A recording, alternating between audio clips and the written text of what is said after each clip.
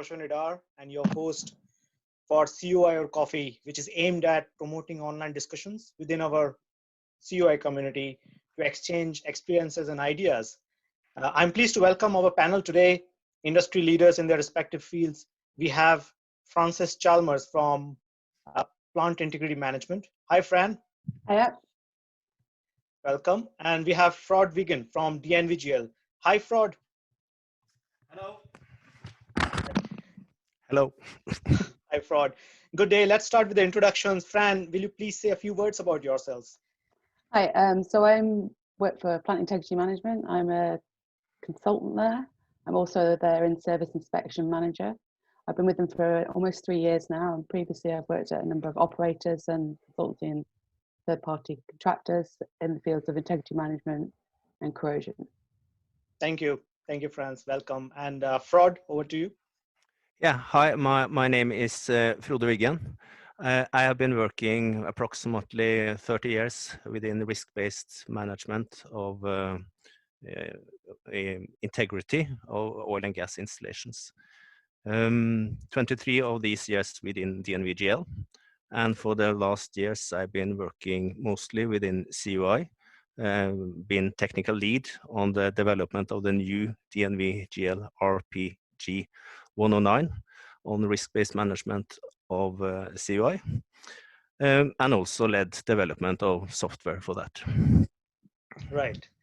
Okay. So yeah, I mean, it's great to have you with us for today's topic, which is data-driven CUI management. It's a topic greatly discussed. We have a global audience today, as usual, from Americas to Asia Pacific. And this is how we will spend the next 1 hour. We'll aim to spend about 25 minutes in the panel discussions. We'll have a few polls in between and give enough time for about half an hour later with our audience for question answers, which they can post anytime using tab at the bottom of the screen. Our intention is to keep this discussion at a high level without going into too much of technical details, but we will do that during the question answers, dig deeper as and when the question comes. It's a coffee session. So let's start. Has everyone got a coffee, hot drink, masala tea in India, kava in Middle East, and I think mate in South America, our friends. So lift your coffee and let's have it nice discussion. So for a start, corrosion and insulation. In general, corrosion is a big problem for the global industry, and corrosion and insulation is a major issue, and it's still the major issue. We have hosted many CUI or coffee sessions and had discussions around right from guidelines to management. And then one theme keeps coming back is data-driven methodologies and standardization. So that's a great topic for today, and I will go back to our panel. Fran, what's the first thought comes to your mind when you hear this word CUI, and what data-driven means to you, Fran?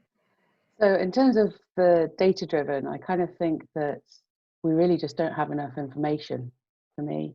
A lot of our strategies and guidelines are based on little to next to no actual field data, and as a result they're quite conflicting. So I think there's some work starting to happen in this area.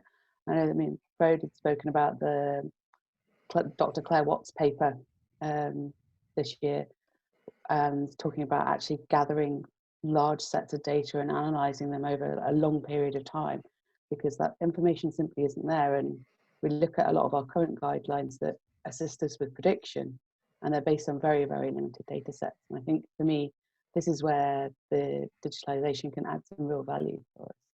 Great. So data, limited sets available. Thanks, Fran, for the opening thoughts. Fraud, what are your opening comments? Yeah, first of all, I agree with Fran. But what I think we should bear in mind is that data as such has no value. We have to get from data to information and to actually give some decision support.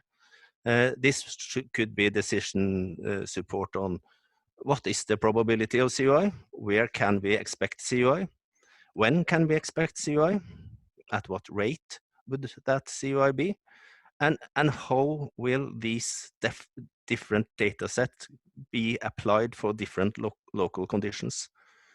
There are also many other aspects to it, like the quality of the data.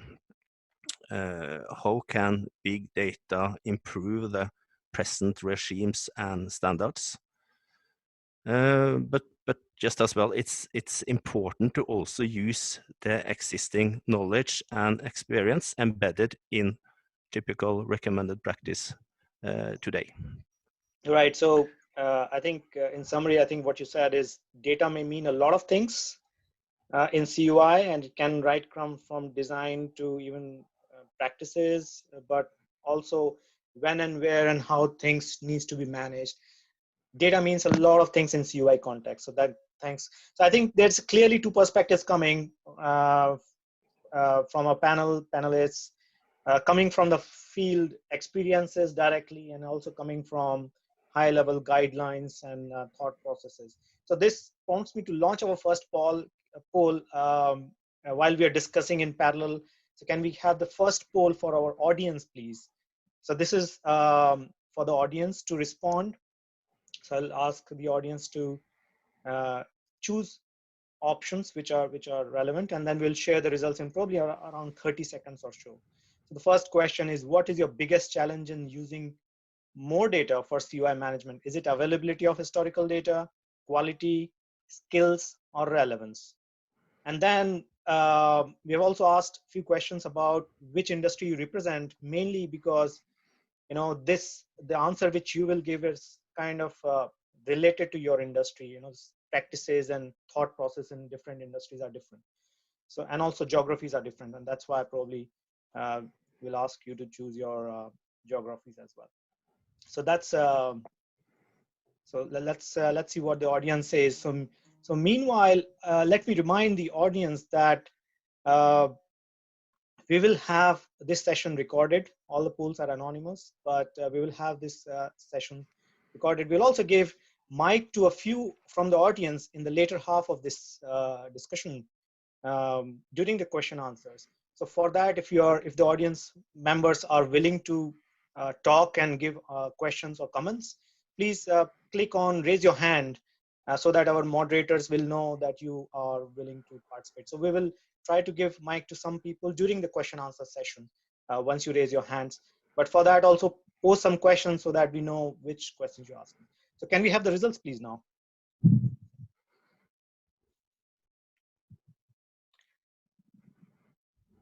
All right. So let's see what our audience is saying. So what's your biggest challenge in using more data for CUI management?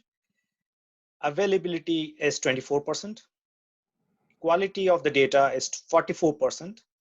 Skills is 15%, and relevance of the data is 17%.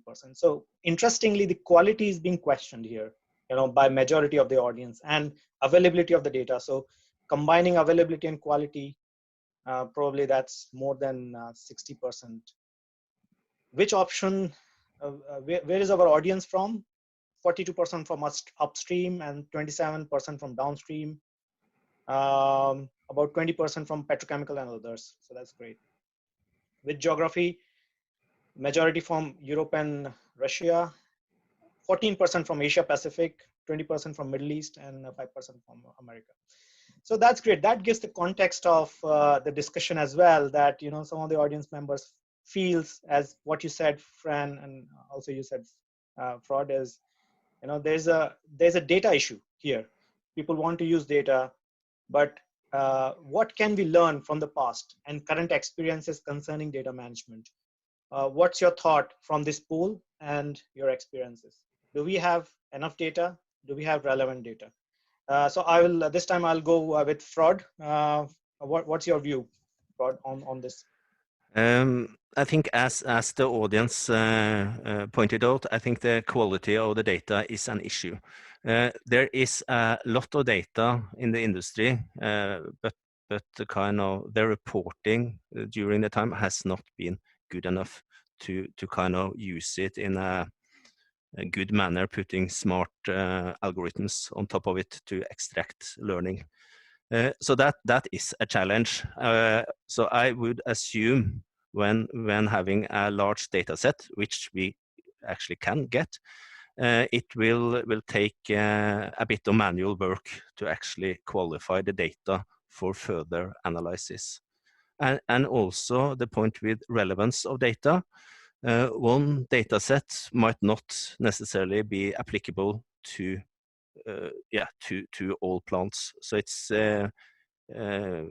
relevant when discussing this to have relevant data for the relevant asset.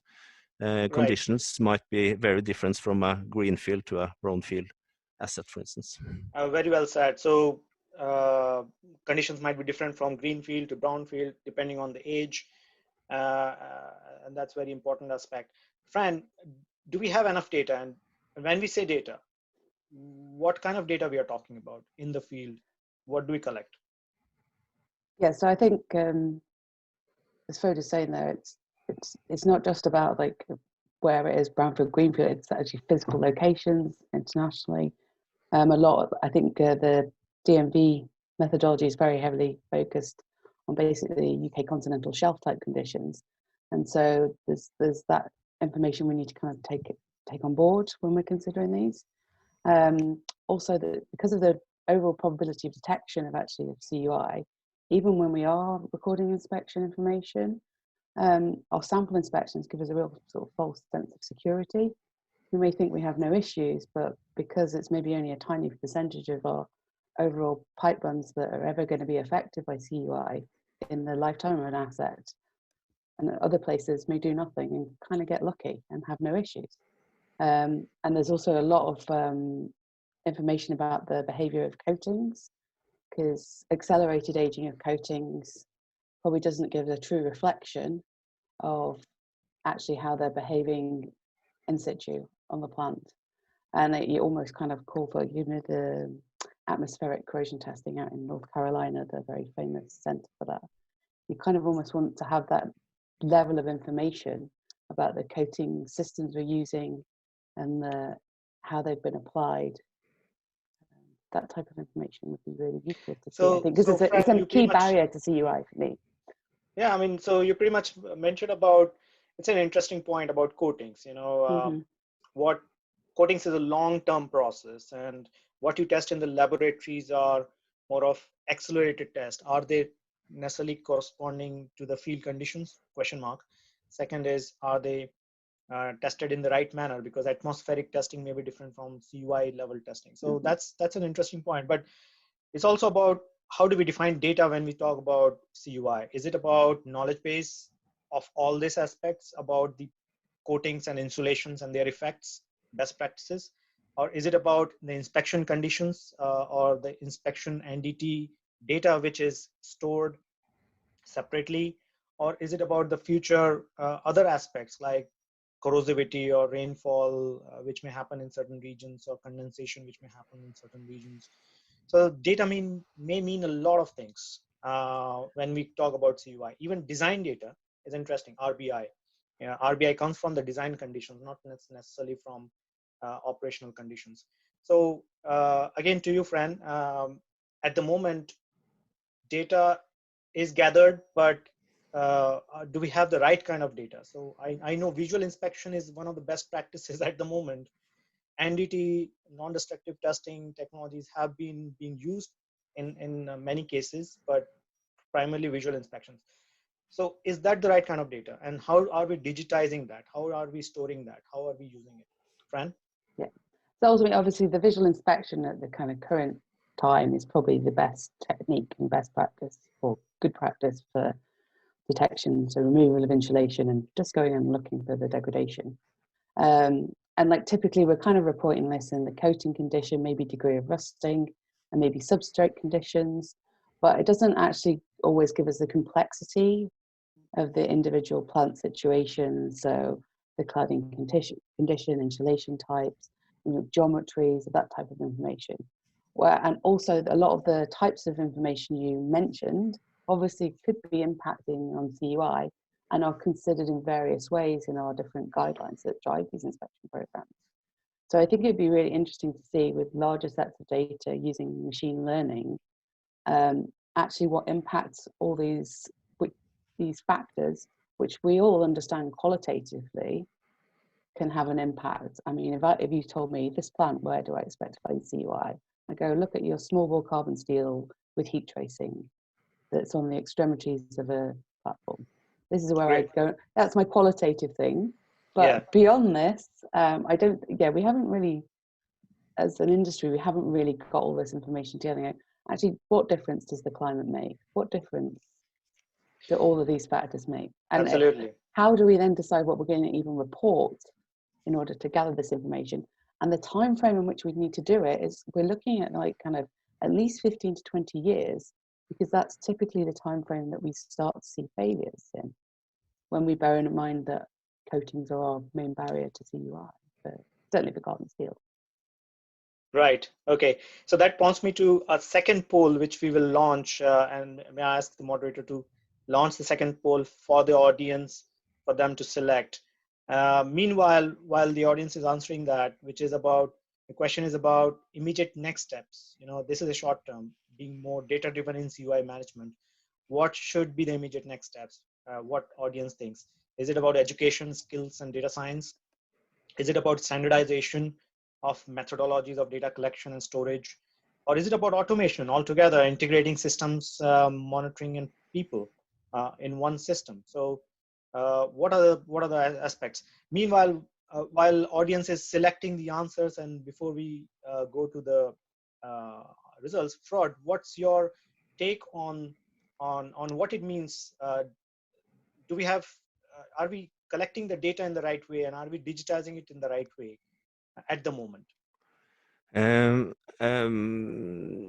No, kind of is the short answer, but I think what we actually should do, I mentioned earlier that we need to transfer from data information to decision support.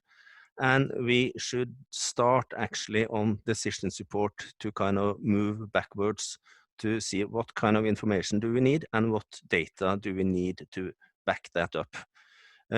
Typical, the practice nowadays is that you, for an close visual inspection, you remove insulation and do the inspection and put insulation back again. No one will then report on what is the status of the insulation. What has, is it wet? Is it what? Because that is interesting information to kind of extract on our way further in an improvement process. Also, as Fran mentioned, the condition of the coating is important. In the G109, we have a table of coating lifetime, saying that certain coatings will last for longer or other for a shorter period of time. That is based on testing and industry experience, but of course, having big data to support it, typical such tables can be adjusted and improved. So we need to look into what kind of decision support do we need, and thereby collect data according to that need. So that's great, Fraud. I mean, I think it's right to say, as you mentioned, is we're not collecting enough data, and whatever we are collecting actually is not right now feeding into decision support systems, and that's what is required, and that's where slowly industry is moving. So let's see what our audience is saying on this poll. All right, so we have educate is 21%. You know, that's not the immediate next step people would like to say, but standardization is 45%. So they would like to standardize, and that's what the missing link is. It's too much segregated, not very standardized. That's what audience feels. And interestingly, automation of systems and processes and integrating it with the people. So data collection to storage to how people can access it. I think among the standardization and automation, it's about overwhelming. Nearly 80% of the people feel that way. Education is not only the way. That's an interesting comment, interesting observation. Fraud, what do you think of this view from the audience? Do you see the same thing, the future and current and the future immediately? Yeah, I think I pretty much agree with standardization of data collection would be the #1 step, because that will enable a lot of data gathered from different assets, different operators, to be used collectively for the greater benefit of the entire industry. That, I think, would be step #1. Challenge will be kind of how eager operators are to share data. Some might be very eager in sharing data, other might be more reluctant. Thereafter, I see the automation as a good opportunity for using typical moist monitoring systems to kind of get good feedback on the situation in the installation, to kind of give a better probability of failure assessment. And that is something coming delivered by many companies nowadays. Right. So there's a definite move towards standardization and automation. And I think that's the most important out of these three. Yeah, right. Friend, what do you think? Yeah, so it's quite interesting actually, speaking about the monitoring and detection systems. Again, this is something I've noticed. There seems to be a lot of enthusiasm to develop variations on existing inspection techniques or developing monitoring techniques, and very little effort has gone into actually standardizing the information that's collected. And actually, there's very little guidance on that standard information.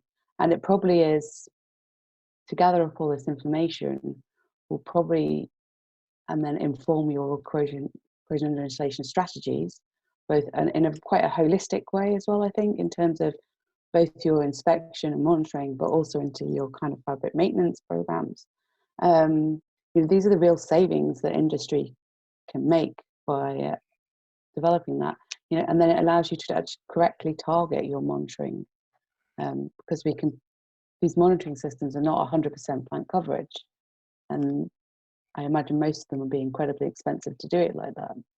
So then you're kind of like, are you managing your risk as though it's reasonably practical, but is your cost massively offsetting? So I think there's a lot to be looked at there in terms of sort of predicting the time to failure as well as the locations of expected failures, just so that we can target that monitoring and inspection. Right. So what this comes out, and it's not a surprise that immediately we need standardization to manage CUI better. I think there's too much of dependency on manual expertise, human judgment, but can we standardize the processes and automate the processes? And CUI needs a very dedicated efforts in itself. So this brings me to the next part. We talked about the history, we talked about immediate next steps, but how do we see medium term to long term going forward, a data driven CUI management? And again, that will be an interesting poll. So let's launch that poll right away on what it means for long term CUI, data driven CUI management. Let's ask the audience, at what pace data driven CUI management should be adopted? Is it slowly continue with the status quo, or modernize, incrementally improve, or transform, significantly change? Depends on the industry as well and geography, but let's see what the audience feels, and then we'll come to that in a second. But Fraud, while the audience is answering that question, we'll give a few more seconds. This is about the future. So in the future, for data-driven management, what kind of practical data is needed in your view?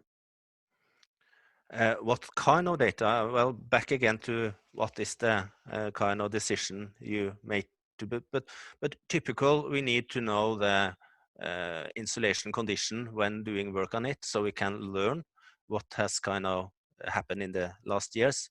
We need the same for coating. We need to see what is the material loss we experience. That is kind of a tricky one, because you actually don't know when the coating failed. So it's not just to say that, okay, we have lost 2 millimeters and it was installed 10 years ago, but we need to know actually when did the coating failed, so they actually had water on metal surface. And of course, this need to be put up against the type of coating, the type of insulation, the type of cladding, local condition, geometry, weather conditions, dew point there, workmanship. So there are so many variables, and that is making this quite complex. But complex is not the same as impossible. This is absolutely possible to do. Putting some smart algorithms on top of qualified data, we can make better decision for sure. That's great. I mean, the punchline, what you mentioned, Fraud, is complex but not impossible. It's pretty much possible. It needs more collective effort. So I think data collection itself is one of the angles. You know, we are talking about data driven, but data collection itself, it's been an issue. We have visual inspections and NDT, but they're kind of disparate systems. Fraud. So do you see data collection being automated, and there's so many of digitalization, online monitoring technologies coming up, and of course Corrosion Radar leads one efforts, but you know, how do you see that trend growing in the future? I think we have to take two different perspectives on this. One is the historical data that might be available today. I think we need to take as much information out of these, and that is partly manual work, but we can also put some algorithms on top of that. But in the future, I foresee that this can be more or less automated. By whenever you do work, it should be possible to report the work into a database to actually have see how the new information, the new mitigation you have done, how that actually have an impact on the risk, as well as how that information you retrieve can help you improve methodologies and information. Right. Okay. So let's see what the and also having these typical moist monitoring systems that will of course give direct information on the probability of failure. right.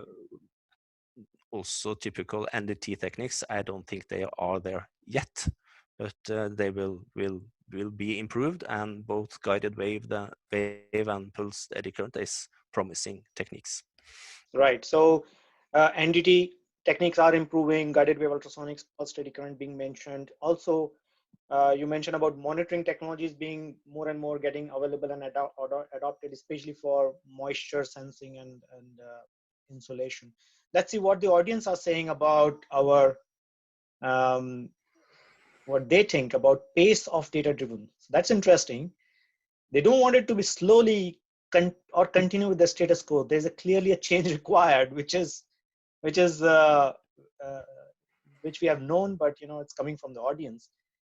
What they also think is 51% of them think that they need to modernize their CUI management practices or data driven, slightly improve, slowly improve. But actually 46% of them think that it needs to be transformed radically. Significant change needs to happen for data-driven CUI management. So that's also interesting. It may depend on the industry from they are coming on. Fran, when you see this, what do you think about the pace of change? How this can happen? Yeah, I think actually the majority of people there are modernizing incrementally. Even if we were to transform very quickly, we wouldn't see the results of that transformation for a generation almost. So that's what we're looking at here, isn't it? It's not a failure mode that hits an asset. It hits some bad decisions immediately. If an assets management decide they want to cut a fabric maintenance program, they want to cut their inspection programs. Yeah. A lot of the time they will get away with this, and it's the third or the fourth person in that senior position who ends up holding the can for the fact that the maintenance and inspection has not been done. So it's kind of, I think it's very difficult as well to get these kind of longer term, slow burning risks to the attention of the asset management. I think that's where some of us really struggle as integrity professionals. So asset integrity is a long-term issue, and this many times I personally think of this issue as how we raise our children, right? We need them to be well-behaved, nice individuals contributing something to the society. So we invest right in the beginning for the long term. And I think that is very similar mindset we need to adopt here in asset integrity, that you are dealing with the long term. If you want your assets to behave and be better, respectful, then rather That's than a going lovely rogue. analogy. I like that. That's continuously thinking, but what digitalization can bring to the table, Fran, in this case? Can it help in the pace of change? Everybody wants it, but when should we do it? And how will it be impactful? I think, there's reading, going back to the Dr. Claire Watts paper, which speaks about how CAFA did sponsor the analysis of a big quantity of CUI data. Have a look at that, and I think if we can kick off more projects like that across the industry to give ourselves a better understanding. I think also, Frode, you said the DMV software has a facility to kind of store this type of information. So I think this is all very interesting, and these are good options for us. And I'd just like to see a more holistic approach, perhaps, and considering using things like the visual imaging, because we do visual inspection, we're using digital twins offshore. So is there a reason there actually that we can do our visual inspection when we remove insulation using that digital twin type technology? So then we can make comparative judgments against the conditions of our coatings, as Fred spoke about, that are particularly important to understanding the kind of progress of the CUI. I think that would be an exciting thing for me to see. So yeah, thanks for that. And Frode, I think as Fran also mentioned, there are different aspects of this digitalization process and data-driven processes. How are you? What are you doing to make a change here? Guidelines or automation? What are the main drivers from your perspective? What are you contributing from your organization and yourself? I think if to talk a bit about that, we saw what was in the industry, and there's a lot of guidelines and documents that describe CUI that is good and shall be looked into, but we couldn't find anything to actually do a good risk-based management of CUI. In risk-based management, we say that you have to assess the risk, but you also have to mitigate it and understand what the different activities you do, what effect they have on the risk. And that is a new recommended practice made based on a joint industry project with operators and legislators. And I think we have described a good way of managing CUI risk. And to kind of build on that methodology, we can also ensure to gather data to improve the methodology as we go along. That is kind of embedded in our CUI manager, the software. But in general, I think the industry need to be more aligned. That is in methodology, but of course also into how to gather information and data.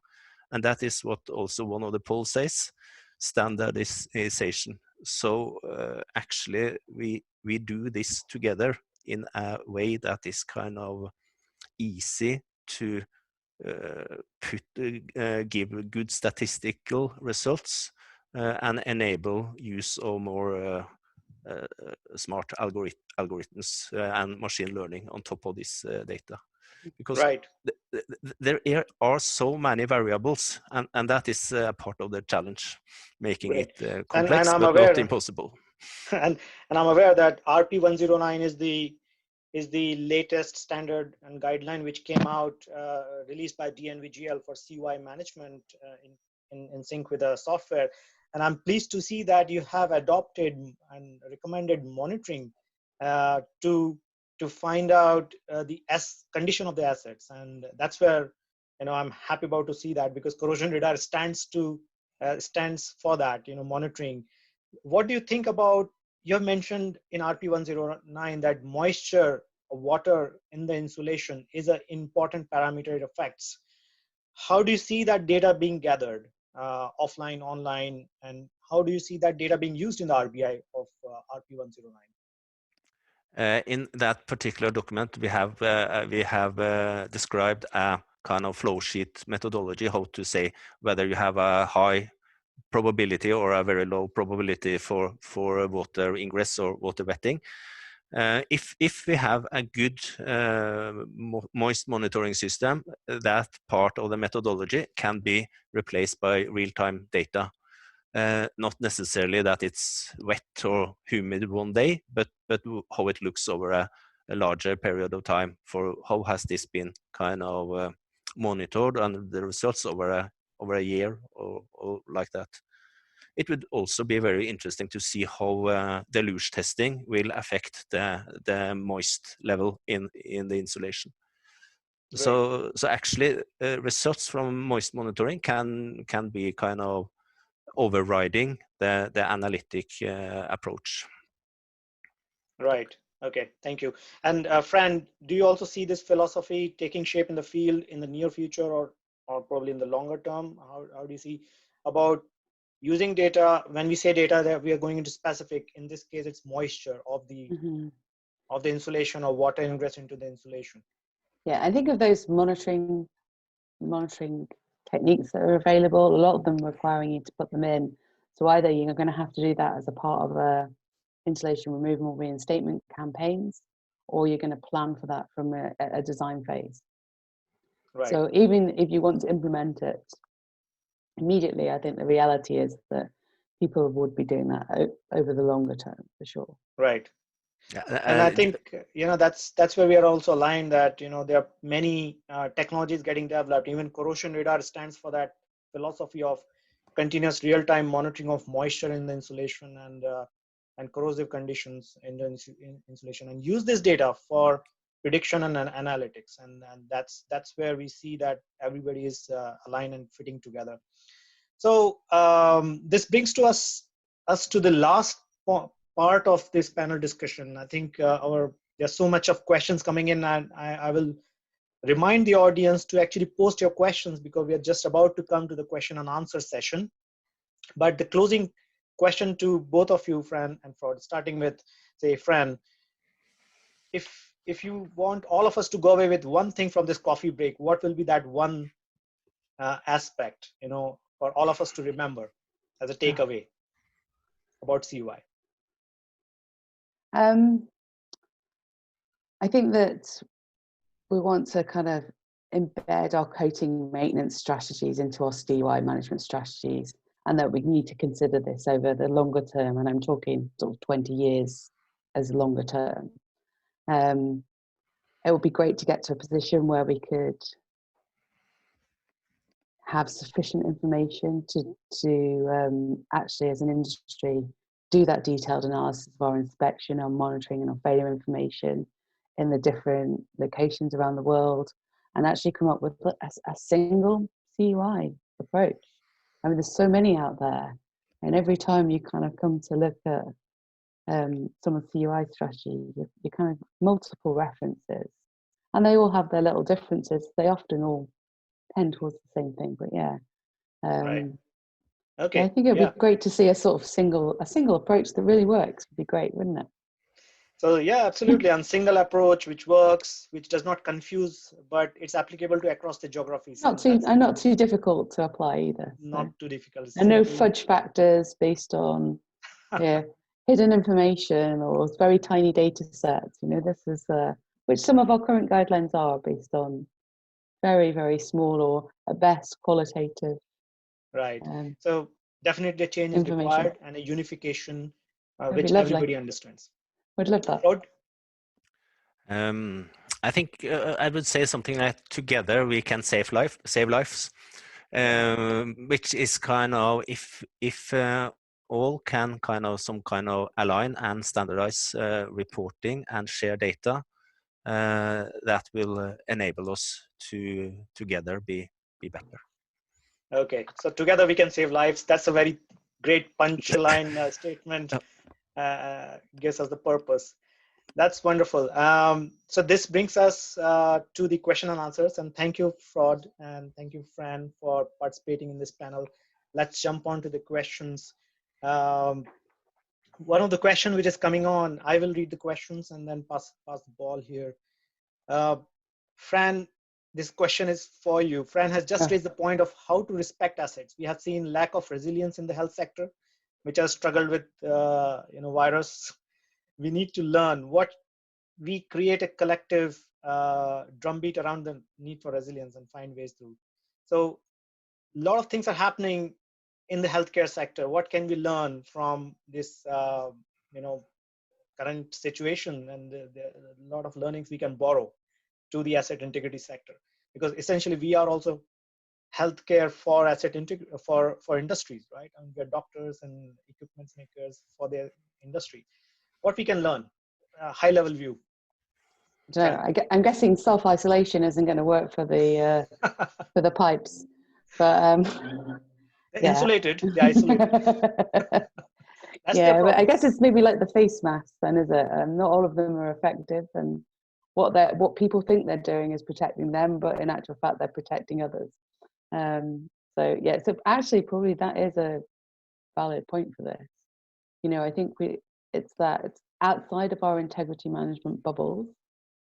I think that being able to communicate to people who are not integrity management professionals and who have an understanding of this, the actual potential criticality, and as Frode said, to save lives, because it only takes one defect through war and on an asset to seriously hurt one or many people.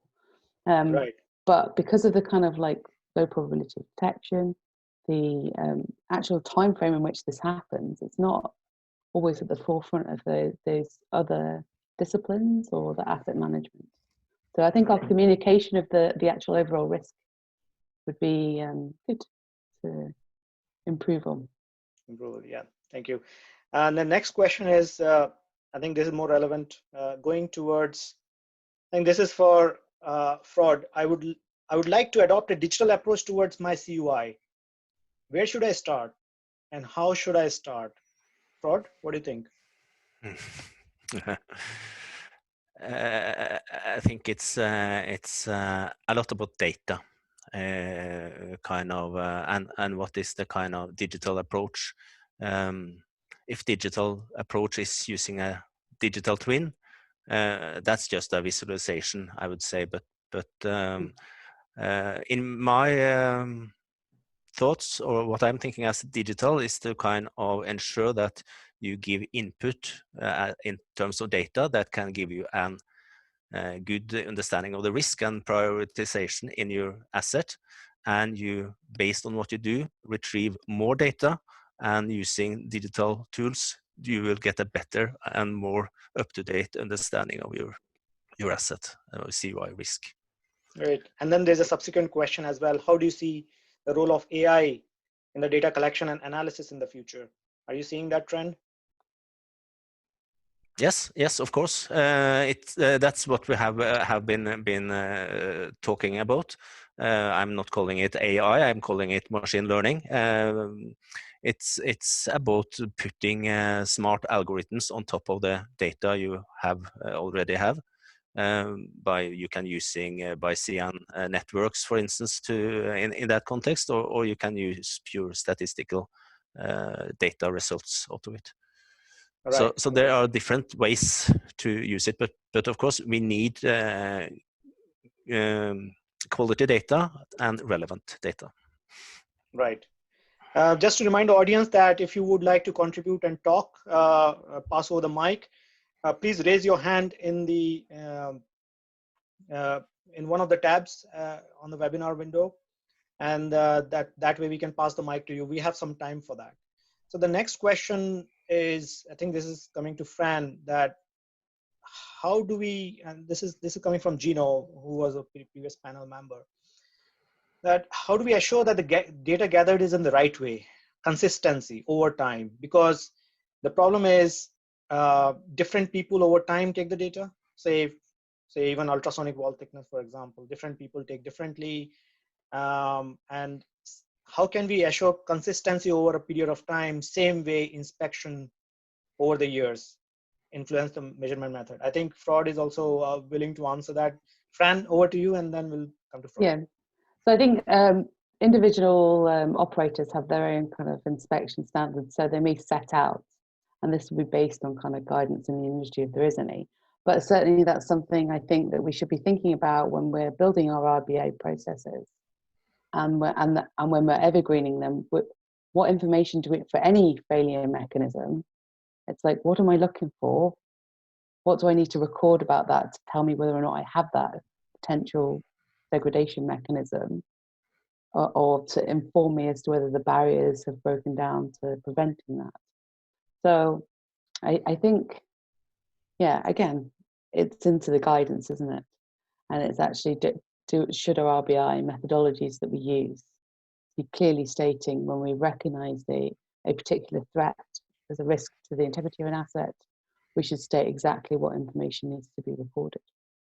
And this is where also standardization comes into picture, right? I mean, the earlier poll question, standardization is a problem, and that's where we're moving towards, and this will help us in actually consistency of the data. Yeah. Fraud, you had some points. I just want to mention how to report.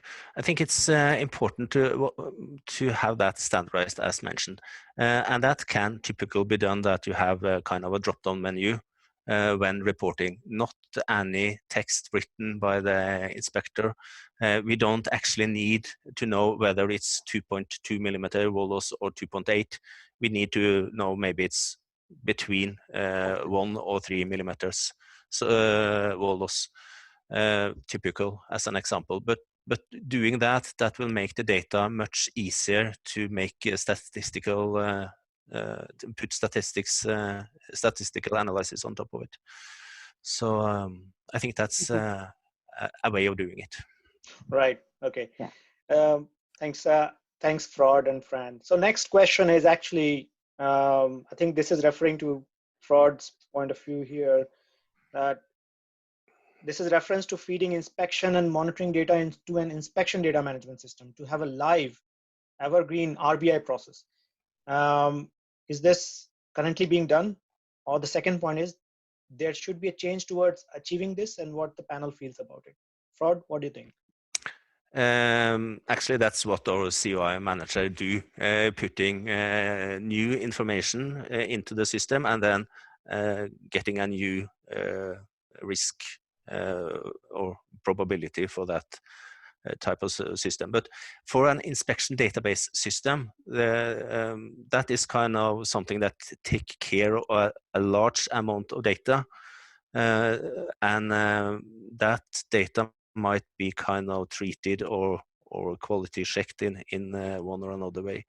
Typical where you can find such systems is in risk-based management tools. If we divide, if we see that there are two different purposes of an inspection database and a typical risk-based analysis tool.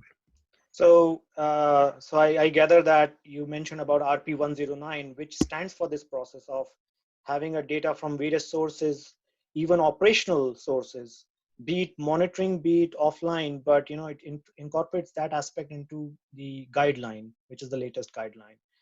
And that's great to know. So right now, as I understand, it's moving towards online, but offline is always possible. People can collect sensor data or inspection data and then feed manually into the softwares of the operational conditions of the asset, like where the water is, where the insulation is degraded, etc. So that's pretty much RP109 stands for, and has been incorporated, as I understand. So thanks for that. So the next question is coming for me, which is, what role corrosion radar is playing into CUI management digitalization? And I'm very happy to answer this. So corrosion radar is standing for digitalization of CUI management. It's the next generation of technologies which are coming in. Corrosion radar believes in monitoring and also analytics. Say, generate the data continuously log the data in a database, and use that data to estimate and predict various aspects: coating life, corrosion rates, and in fact, localization of the problem. So kind of this is the next generation of CUI management, and that's what corrosion data is standing for with its industrial IoT sensors. So that's great. And the next question, which is coming in from Middle East, is what is the best CUI inspection management program can help to control and reduce the corrosion cost in the industry?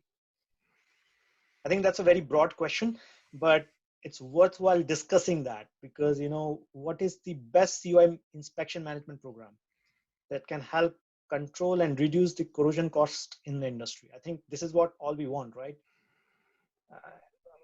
From my perspective, I think no CUI is the best solution. So prevention is better than cure, but we are not there yet. Probably we are not trusting the prevention enough, and they've not come matured enough.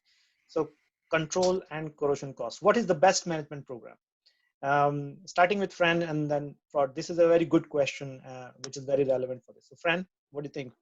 I'm going to go with one that works, eh? I mean, ultimately, our aim for integrity management inspection is always a cost to an asset. And the reason we're there is to prevent typically loss of containment, loss of life. So anything that balances those costs for the actual execution and analysis of those inspection programs or the monitoring programs, and results in no loss of containment. And it's a fine balance to achieve that. And there's particularly one where, again, with a mechanism like this, where the probability of protection is so low. I know that's kind of simplifying a bit, but maybe Frode has some more. Right. Okay. Thanks for the tips, Fran. And Fraud, with your broad experience of 3 decades, what do you think is the best CUI management program?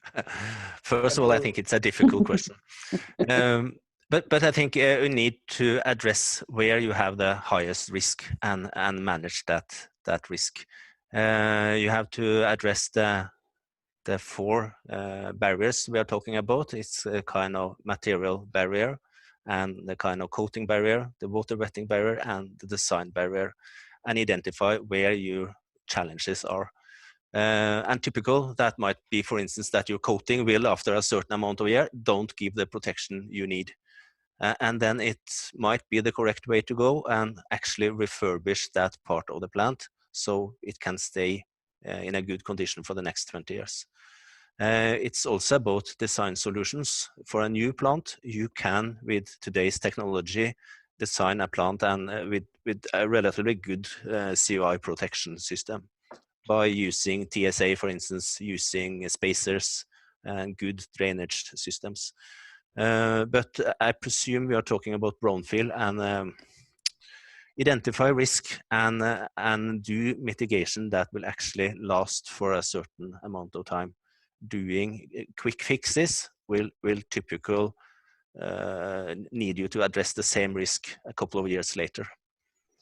And in that context, close visual inspection and refurbishment of coating is good, and also to check out that you're actually using the best insulation solution.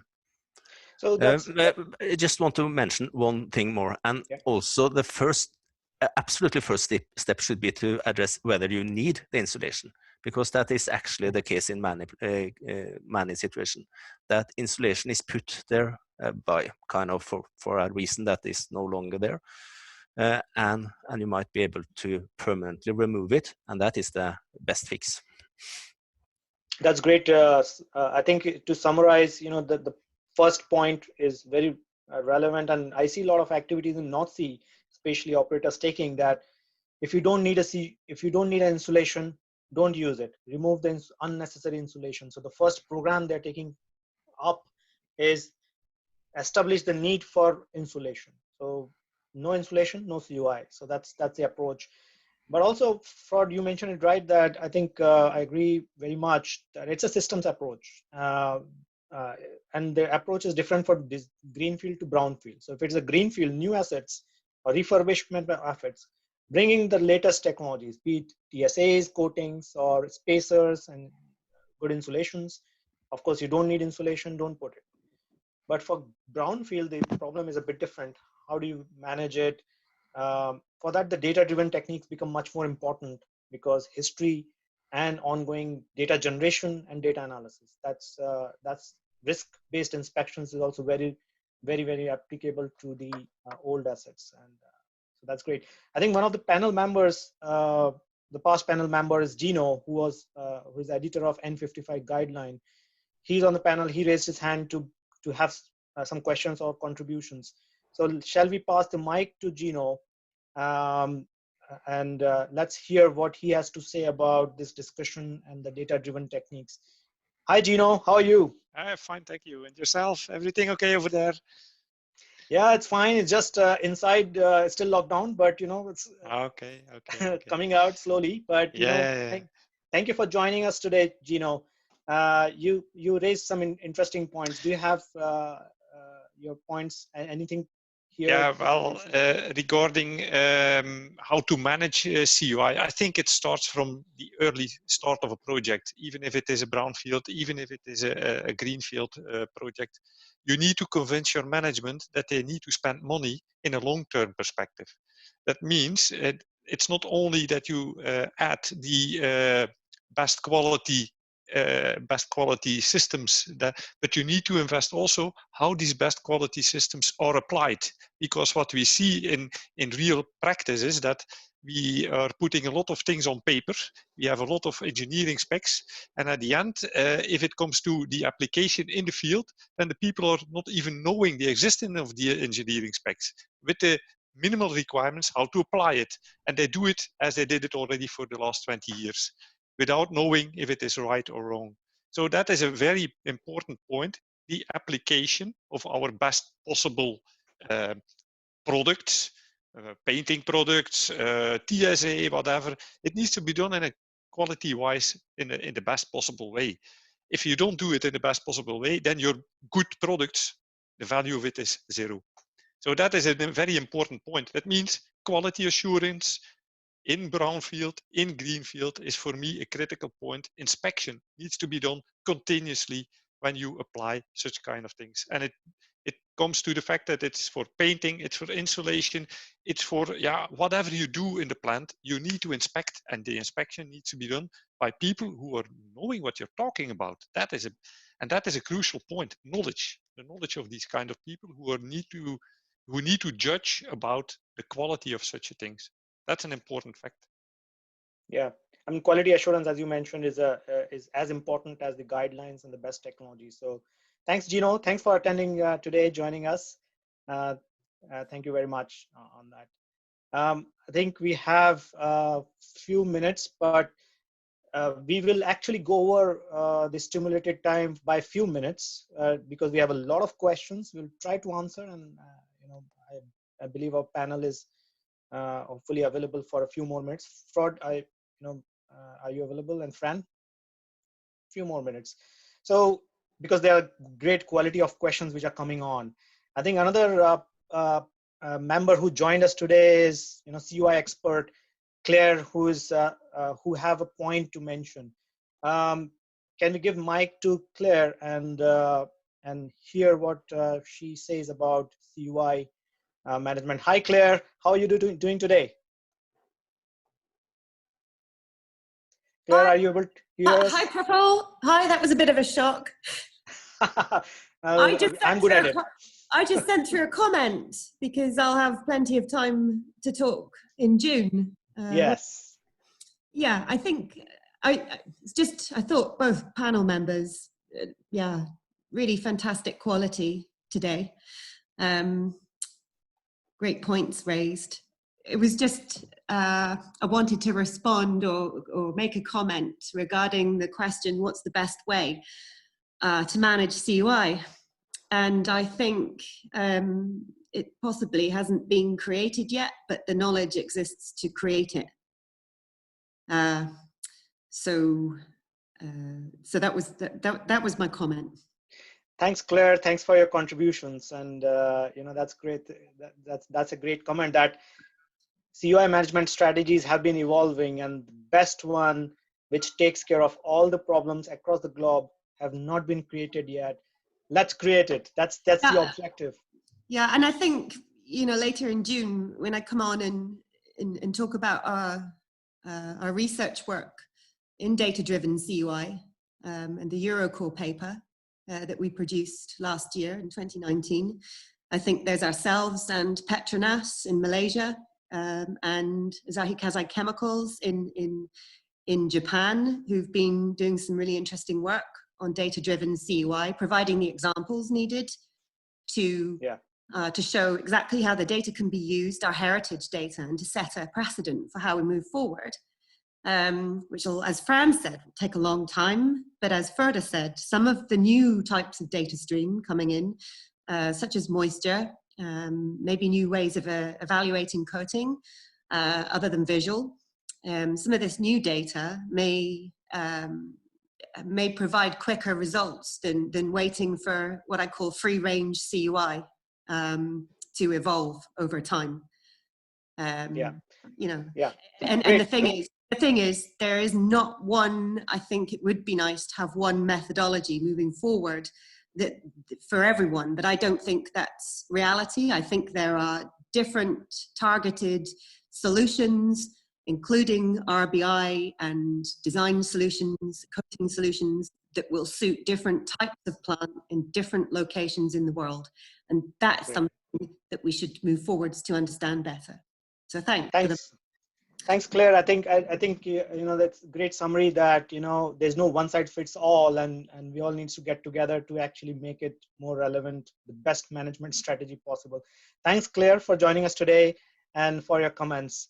I think there's another member who wants to talk from ADNOC is Gopal. Can we give mic to Gopal and what he has to say and share from the perspective in the Middle East? Gopal, welcome to this session. What do you have to comment here?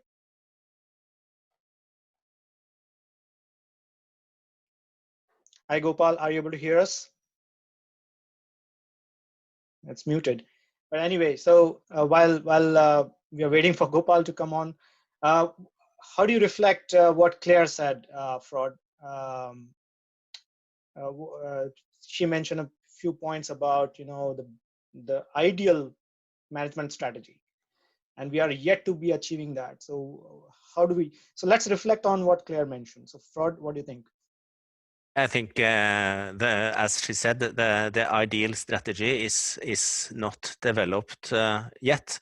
I think we have made a significant effort and a step in the right direction with the new recommended practice, but of course we need to grasp all information and get that transferred into decision support as mentioned, and also one size doesn't fit all, as also mentioned. So we have a direction, and we need to kind of improve as we go along by getting more and better data to support this. Great. Yeah. I mean, so I pretty much agree with everything she said. Yeah. And I think, you know, yeah, the management strategies are evolving and then becoming better and better. But unless we collect the data now or in the past, we strategize and structure the data, the future management strategies may not be as effective. So we need to act on it now, even if the strategies are evolving. That's what I feel. Fran, how do you reflect on this discussion with Claire and others? Yeah, I think yeah, Claire makes a good point. There probably is a lot of information out there that can be used already, but I think it's just having that appetite as an industry to make use of that in a consistent way. So, right. Yeah. Yeah. Thank you. Let's see whether Gopal is online. If you unmute yourself, Gopal. Hi.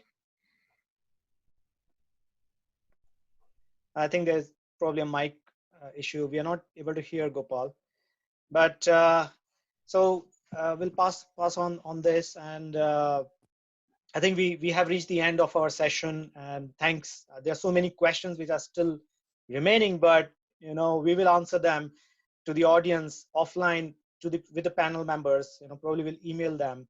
So thanks everyone. You can always email us at webinars@corrosionradar.com if you have any questions to any of the panel members and otherwise as well, and we will respond to all the questions in a very short interval of time. Come back to you. Thank you for participation. Thank you to audience. Thank you to Corrosion Radar for hosting this, and thank you, Fran and Fraud, to participate today. And I think our community is growing. It's a global community. That's our objective of CUI Coffee, to bring them together, share the knowledge and best practices. And very happy to see that discussions going across the globe, because this is such a big issue. As Fraud mentioned, we can save lives here. So let's do that. And the discussions and brainstorming is the least we can do, and bring together people.